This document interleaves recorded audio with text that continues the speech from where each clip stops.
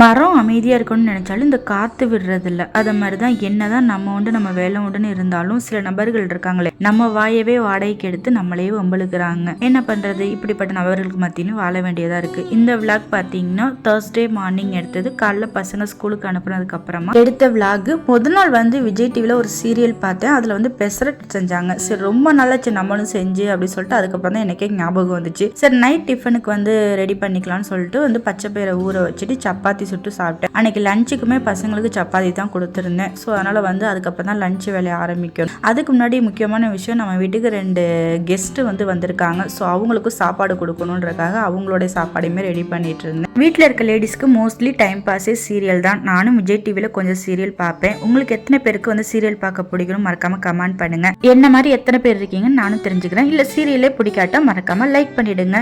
நம்ம வீட்டுக்கு வந்திருக்க கெஸ்ட் இவங்க தான் கொஞ்ச நாளைக்கு நம்ம வீட்டில் தான் இருப்பாங்க.